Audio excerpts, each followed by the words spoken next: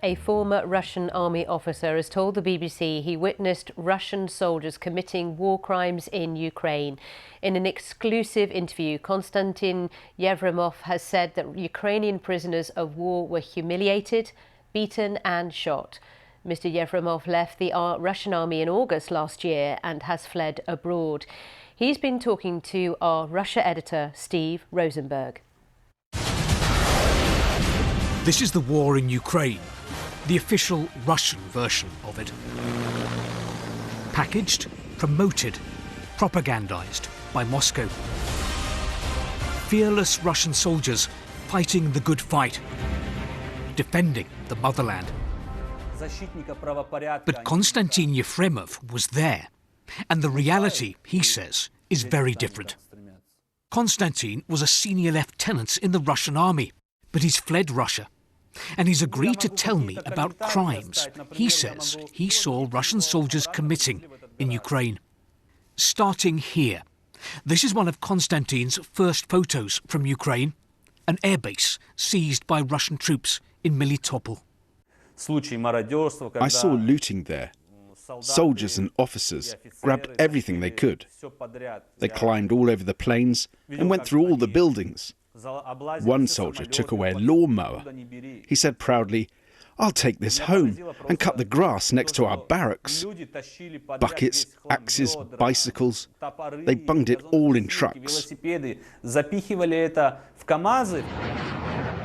Konstantin says that on the day Russia invaded Ukraine, he tried to quit the army.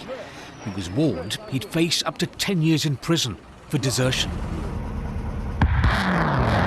In occupied Ukraine, he was sent to guard this artillery unit, and then a facility where he says he witnessed Ukrainian prisoners of war being tortured.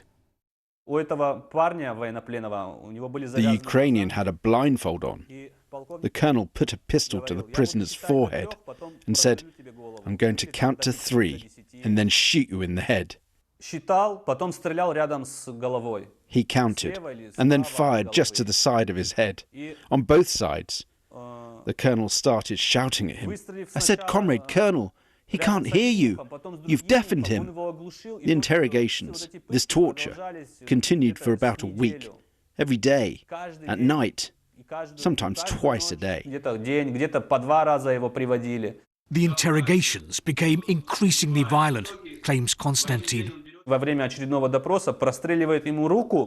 another interrogation, the colonel shot the prisoner in the arm and in the right leg, under the knee, and hit the bone. I went to the commanders and said the Ukrainian needs to go to hospital. He'll be dead by morning from blood loss. We dressed him up in a Russian uniform and took him to hospital. We told him, "Don't say you're a Ukrainian prisoner of war, because either the doctors will refuse to treat you, or the injured Russian soldiers will hear you and shoot you." The BBC has verified documents, photographs and videos provided by Konstantin confirming his identity and his movements. Once he'd returned to Russia, back on base, he was accused of a serious breach of discipline for refusing to go back to Ukraine. He was dismissed from the army. A Russian human rights group, Gulag.net, has helped him leave the country.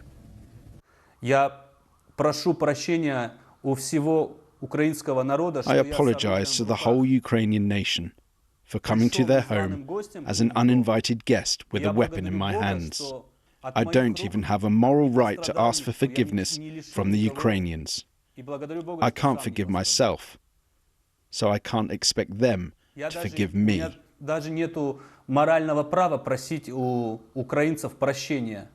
Konstantin says that senior officers called him a traitor for being anti-war, but he points out that he gave an oath to protect his country, not to attack another. Steve Rosenberg, BBC News, Moscow.